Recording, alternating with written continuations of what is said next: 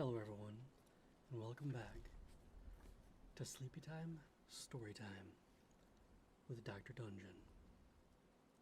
The Six Swans. Once upon a time, a certain king was hunting in a great forest, and he chased a wild beast so eagerly that none of his attendants could follow him. When evening drew near, he stopped and looked around him, and then he saw that he had lost his way. He sought a way out, but could find none. Then he perceived an aged woman with a head which had not perpetually, who came towards him. But she was a sorceress. "Good woman," said he to her, "can you not show me the way through the forest?" "Oh yes, Lord King," she answered, "that I certainly can, but on one condition. And if you do not fulfill that, you will never get out of this forest, and you shall perish from hunger." "What kind of condition is it?" asked the king. "I have a daughter," said the old woman, "who is as beautiful as anyone in the world, and well deserves to be your queen. If you will make her that, I will show you the way out of the forest." In the anguish of his heart, the king consented, and the old woman led him to her little hut, where her daughter was sitting by the fire. She received the king as if she had been inspecting him, and he saw that she was in fact very beautiful, kind and wise. But still she did not please him, and he could not look at her without secret horror. He did not want this. After he had taken the maiden up upon his horse, the old woman showed him the way, and the king reached his royal palace again, where the wedding was celebrated. The king had already been married once, and had by his first wife 7 children, 6 boys and a girl, whom he loved more than anything else in the world, as parents do. As he now feared that the stepmother might not treat them well, and even do them some injury, he took them to a lonely castle, which stood in the midst of a forest. It lay so concealed, and the way was so difficult to find, that he himself would not have found it, if not a sorceress herself had not shown him. The king, however, went so frequently away to his dear children, the queen observed his absence. She was curious and wanted to know, what did he do when he went alone into the forest? She gave a great deal of money to his servants, and they betrayed the secret to her, and told her likewise of a ball which would lead her there. And now she knew no rest until she had learned where the king kept that ball, and when she had made little shirts of white silk, and as she had learned the art of witchcraft from her mother, she sewed a charm inside them. And once, when the king had ridden forth to hunt, she took the little shirts and went to the forest, and the ball showed her the way.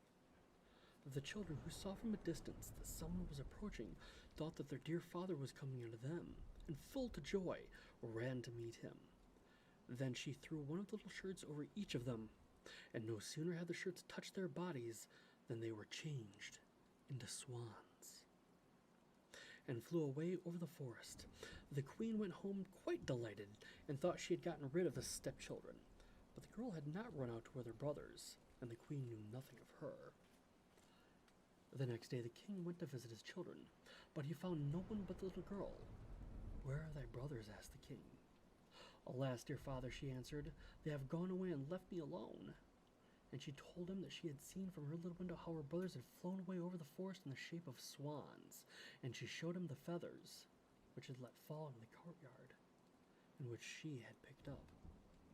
The king mourned, but he did not think that the queen had done this wicked deed, and as he feared that the girl would also be stolen away from him, he wanted to take her away with him.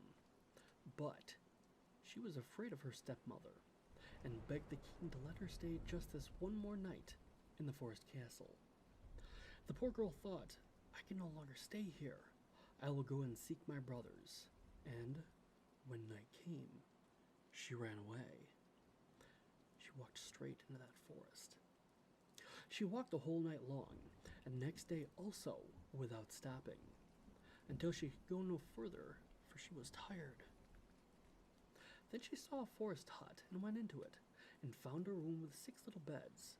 But she did not venture to get into any one of them, but crept under one of those beds and lay down on the hard ground, intending to pass the night there. Just before sunset, however, she heard a rustling and saw 6 swans come flying into the window. They landed on the ground and blew at each other and blew all the feathers off, and their swan skins stripped off like a shirt. Goodness. Then the man looked at them and recognized her brothers, was glad and crept forth from beneath the bed. The brothers were less delighted to see their little sister, however. The joy was of short duration. "You cannot stay here," they said to her. "This is a shelter for robbers. If they come home and find you, they'll kill you." "But can you not protect me?" asked little sister. "No," they replied. "Only for 1/4 of an hour each evening can we lay aside our swan skins and have during that time our human form. After that, we are once more turned into swans." The little sister wept and said, "Can you not be set free?" "No," they answered. "The conditions are too hard. For 6 years you may neither speak nor laugh. In that time you must sew together 6 little shirts of starwort for us. And if one single word falls from your lips, all your work will be lost." And when the brothers had said this, the 1/4 of an hour was over, and they flew out the window again as swans. The maiden, however, firmly resolved to deliver her brothers, even if it should cost her life. She left the hut, went into the midst of the forest, seated herself on a tree, and there she passed the night. The next morning she went out and gathered starwort, and began to sew. She could not speak to anyone, and she had no inclination to laugh. She sat there and looked at nothing but her work. When she had spent a long time, there it came to pass that the king of the country was hunting in the forest, and his huntsmen came to the tree which the maiden was sitting. They called her and said, "Who are you?" But she made no answer. "Come down to us," they said. "We mean you no harm." She only shook her head. As they pressed her further with questions, she threw her golden necklace down to them and thought to content them with this. They, however, did not cease. And then she threw her girdle down to them, and as this was also too for her purpose, and by degrees everything that she had come unto them, until she was nothing left but her dress. And the huntsmen, however, did not let themselves be turned aside with that, but climbed the tree and fetched the maiden down and led her before the king. The king asked, "Who art thou? Who art thou? What art thou doing on the tree?" But she did not answer. He put the question in every language that he knew, but she remained mute as a fish. And as she was so beautiful, the king's heart was touched, and he was smitten with a great love for her. He put his mantle on her, took her before him on his horse, and carried her to his castle. Then he caused her to be dressed in rich garments, and she shone in her beauty like bright daylight. But no word could be drawn from her. He placed her by his side at the table, and her modest bearing and courtesy pleased him so much that he said, "She is the one whom I wish to marry, and no other woman in the world." And after some days, they were in fact married. The king, however, had a wicked mother who was dissatisfied with this marriage, and spoke quite ill of the young queen. "Who knows," said she, "from whence this creature who can't speak comes? She's not worthy of a king." After a year had passed, when the king brought her first child into the world, the old woman took it away from her and smeared her mouth with blood as she slept. Then she went to the king and accused the queen of being a man-eater. The king would not believe it, and would not suffer anyone to do her any injury.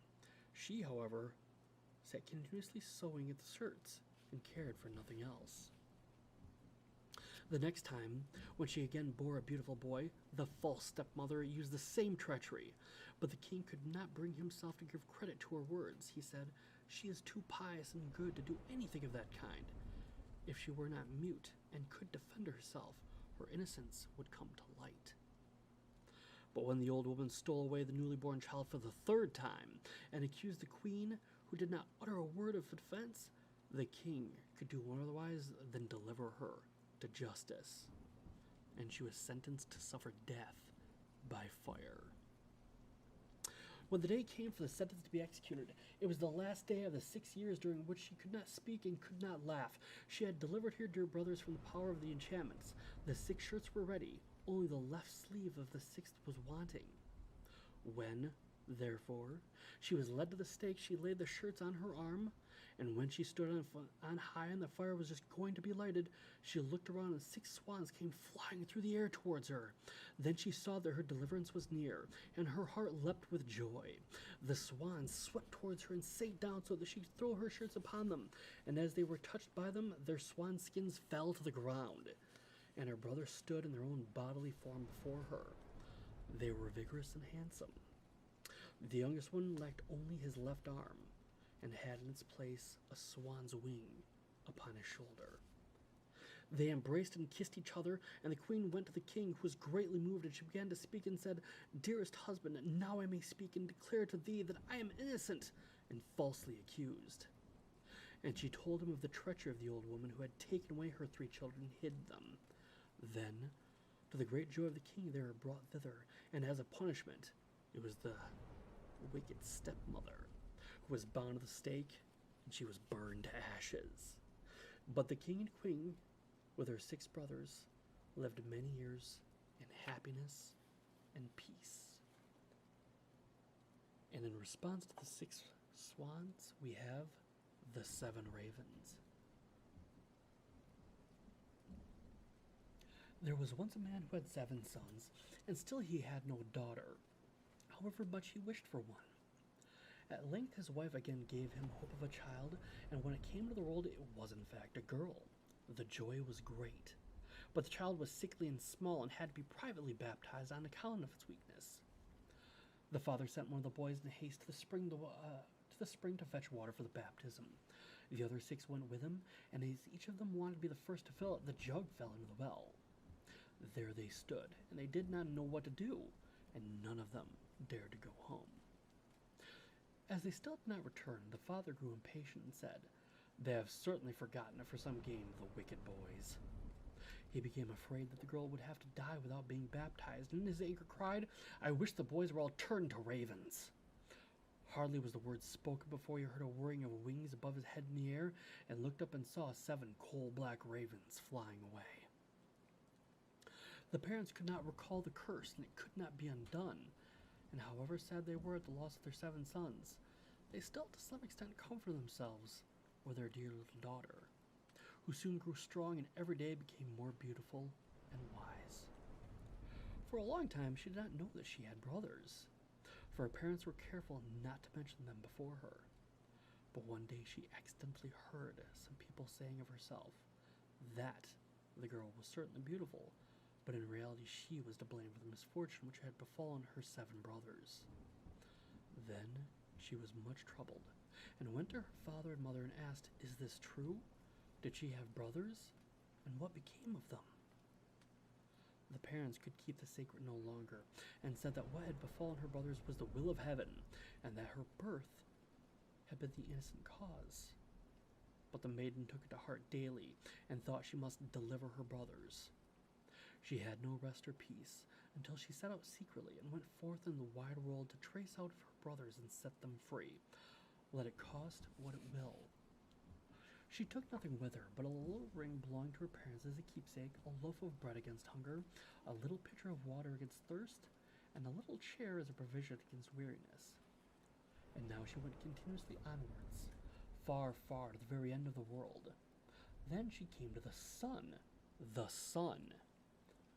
And it was too hot and terrible and devoured little children. Hastily she ran away and ran to the moon, but it was far too cold and also awful and malicious.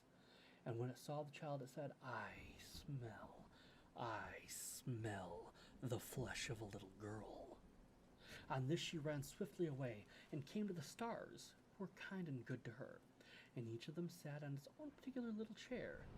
But the morning star arose, and gave her the drumstick of a chicken, and said, "If you have not that drumstick, you cannot open the glass mountain, and in the glass mountain rest your brothers."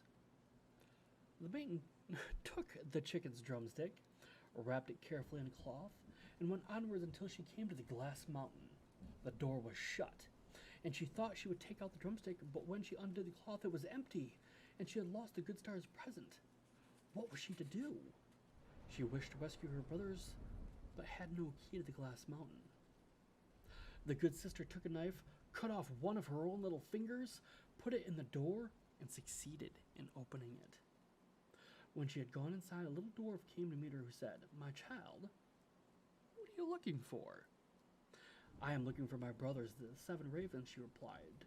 The dwarf said, "The Lord Ravens are not at home, but if you will wait here until they come, step inside." Thereupon, little dwarf carried the ravens' dinner on 7 little plates and in 7 little glasses, and little sister ate a morsel from each plate, and from each little glass she took a sip. But in the last little glass she dropped the ring, which she had brought away with her. Suddenly she heard a whirring of wings and a rushing through the air, and then the little dwarf said, "Now the Lord Ravens are flying home." Then they came and wanted to eat and drink and looked for little plates and glasses. Then said one to another, "Who has eaten something from my plate? Who has drunk something from my little glass?" It was a human mouth.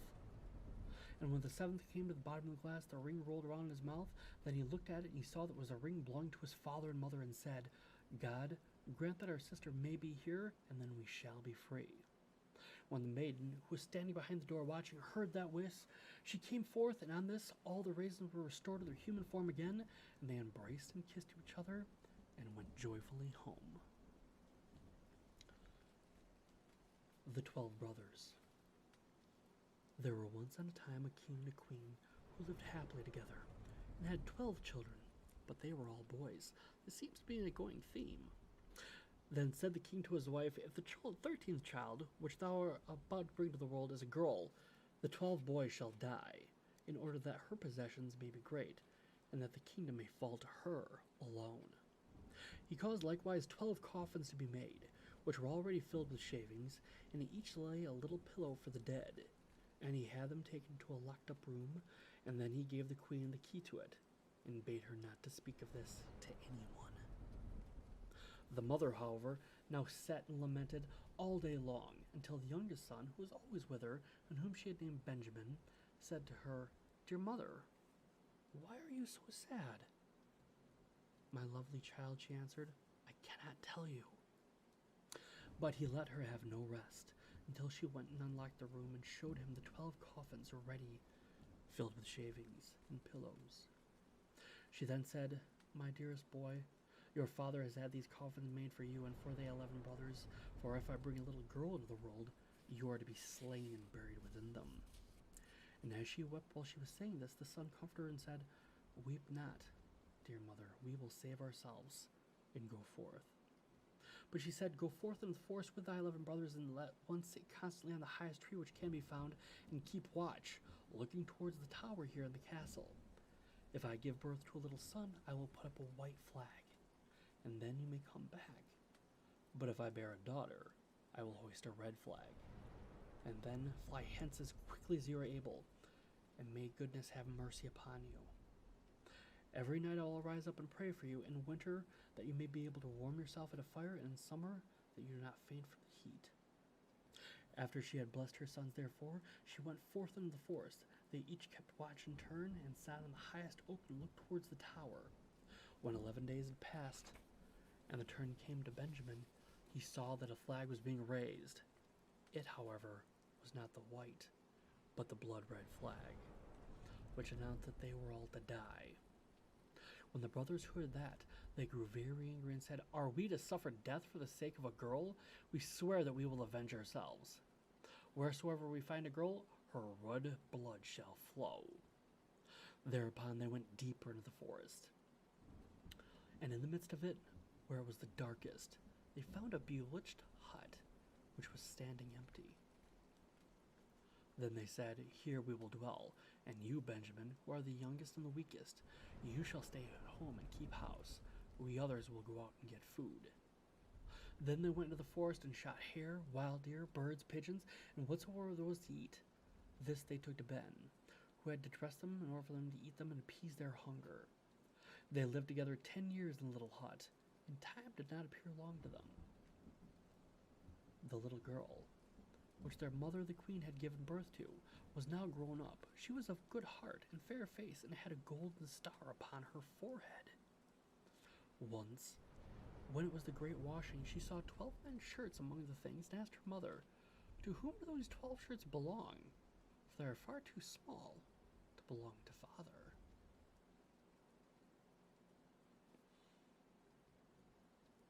Then the queen answered with a heavy heart, "Dear child, they belong to their 12 brothers," said the maiden. "Where are my 12 brothers? I have never yet heard of them." She replied, "God knows where they are. They are wandering about the world." Then she took the maiden, opened the chamber for her, and showed her the 12 coffins with the shavings, and pillows for the heads. "These coffins," said she, "were destined for thy brothers, but they went away secretly before you were even born." And she related to her how everything had happened. Then said the maiden, "Dear mother, weep not. I will go and seek my brothers." So she took the 12 shirts and went forth and straight into the great forest. She walked the whole of day, and in the evening she came to the bewitched hut. Then she entered it, and found a young boy who said, "Where do you come? And where are you going?" And was astonished that she was so beautiful, and wore royal garments, and had a star upon her forehead. And she answered, "I am the king's daughter, and I am seeking my 12 brothers, and I will walk as far as the sky is blue until I find them." She likewise showed him the 12 shirts which had belonged to them. Then Ben saw that she was his sister, and said, "I am Benjamin, thy youngest brother." And she began to weep for joy, and Benjamin wept also, and they kissed and embraced each other with the greatest love. But after this he said, "Dear sister, there is still one difficulty. We have agreed that every maiden whom we shall meet shall die, because we have been obliged to leave our kingdom on account of you." But then she said, "I will willingly die, if by doing so I can deliver my 12 brothers." "No," he said, "you will not. Seat yourself beneath this tub until our 11 brothers come, and then I will soon come to an agreement with them." And she did so. And when it was night, the others came back from hunting, and their dinner was ready. And as they were sitting at the table, eating, they asked, "What news is there?" said Benjamin. "Don't you know anything?" "No," they answered. He continued, "You have been in the forest, and I have stayed at home, and yet I know more than you do." "Tell us then," they cried. He answered, "But promise me that the first maiden who meets us shall not be slain." "Yes," they all cried, "she shall have mercy. Only do tell us." Then said he, "Our sister is here." And he lifted up the tub, and the king's daughter came forth in her royal garments with a golden star upon her head, and she was delicate, wonderful, and fair. Then they were all rejoiced, and fell on her neck, and kissed and loved her with all their hearts. Now she stayed at home with Benjamin, and helped him with the work. The 11 went into the forest and caught game, and deer, and birds, and wood pigeons, that they might all have food. And little sister and Benjamin took care to make that it was ready for them. She sought for the wood for cooking, and herbs for vegetables, and put the pans on the fire so that dinner was already ready when the 11 came. She likewise kept order in the little house, and put beautiful white clean coverings on the little beds. And the brothers were always contented, and lived in great harmony with her. Once on a time, the two at home had prepared a beautiful entertainment, and when they were all together, they sat down and ate and drank, and were filled with gladness. There was, however, a little garden belonging to the bewitched house, whereupon stood 12 lily flowers, which were likewise called students. She wished to give her brothers pleasure, and plucked the 12 flowers, and thought she would present each brother with one while at dinner. But the selfsame moment that she plucked the flowers, the 12 brothers were changed into 12 ravens, and flew away over the forest, and the house and the garden vanished likewise. And now the poor maiden was alone in the forest. And when she looked around, an old woman was standing near, who said, "My child, what have you done? Why did you not leave the 12 white flowers growing? They were thy brothers, who are now evermore changed into ravens." The maiden said, weeping, "Is there no way of delivering them?" "No," said the sorceress, "but there is one in the whole world, and that is so hard that thou wilt not deliver them by it. But thou must be silent for 7 years, and may not speak or laugh, and if thou speakest one single word, and only an hour of the 7 years is wanting, all is in vain, and thy brothers will be killed by that one word." Then she said, the maiden in her heart, I know with certainty that I shall set my brothers free, and went and sought a high tree, and seated herself in it and span, and neither spoke nor laughed. Again, this sounds familiar. Now it so happened that a king was hunting in the forest who had a great greyhound, which ran to the tree on which the maiden was sitting, and sprang about it, whining and barking at her. And then the king came by and saw the beautiful king's daughter with that golden star on her brow, and was so charmed by her beauty that he called to ask her if she would be his wife. She made no answer, but nodded a little with her head. So he climbed up the tree himself, carried her down, placed her on his horse, and bore her home. Then the wedding was solemnized with great magnificence and rejoicing, but the bride neither spoke nor smiled. When they had lived together for a few years, the king's mother, who was a wicked woman, again an ongoing theme, began to slander the young queen, and said to the king, "This is a common beggar girl, whom thou hast brought back with thee.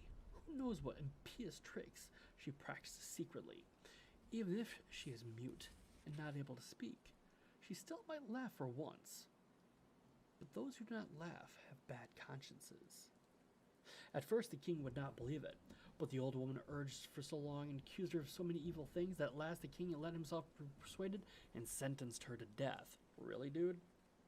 And now a great fire was lit in the courtyard, in which she was to be burned alive. And the king stood above the window and looked down with tearful eyes because he still loved her so much. Apparently not enough. And when she was bound fast to the stake and the fire was licking at her clothes with his red tongue, the last instant of the 7 years expired. Then a whirring sound was heard in the air, and 12 ravens came flying through the place and sank downwards. And when they touched the earth, they were her 12 brothers whom she had delivered. They tore the fire asunder, extinguished the flames, set their dear sister free, and kissed and embraced her. And now, as she dared to open her mouth and speak, she told the queen why she had been mute, and why she had never laughed. And the king rejoiced when he heard that she was innocent, and they all lived in great unity until they all died. The wicked stepmother was taken before the judge and put into a barrel filled with boiling oil and venomous stakes, and died an evil death. Wow, these stories are dark. Good heavens. Anyway, I think that's going to be enough for today, because there's only so many old women I can murder viciously with my storybooks. So I'm going to call it, and you guys have a wonderful day. If you liked what I did here, feel free to let me know in the comments below. Strike that like button. And you have yourself a wonderful day.